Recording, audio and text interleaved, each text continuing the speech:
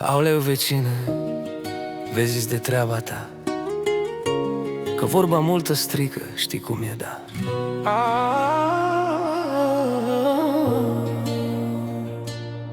Într-o zi pe la amiază stăteam la poartă în drum, peste gard arunc privire, fără plan, fără fum.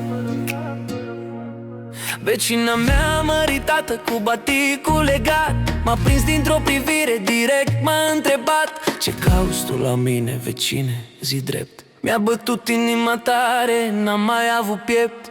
Nu te uita peste gard, vecine, nu-i frumos. Sunt femeie măritată, spun-o clar pe jos. Dacă te mai văd odată, jur că nu mai tac.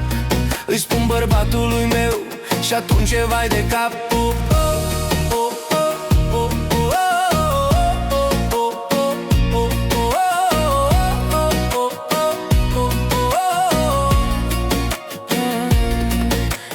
Iartă-mă, vecină, n-a fost cu gând rău, dar ea m-a pus la punct, mi-a vorbit ca un leu.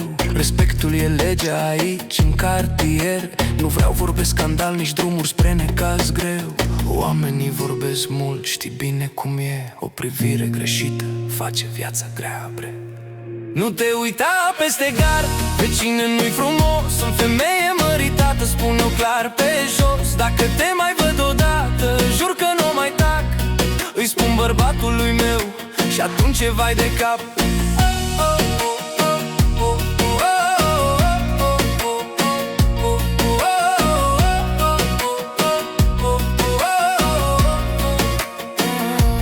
De atunci stau cu capul jos, îmi văd de viața mea, că o clipă de prostie te poate afunda. Vecinai la casa ei, eu sunt pe drumul meu. Mai bine pace în suflet decât scandal greu. Nu tot ce vezi e voie, nu tot ce vrei e bun. Respectul te ține om, restul e doar fum. Nu te uita peste gard, vecine, nu-i frumos. În cartierul nostru mic totul e pe dos. Vezi de casa ta, de liniștea ta, că manelele trec, dar vorba grea rămâne. Așa-i viața, frate.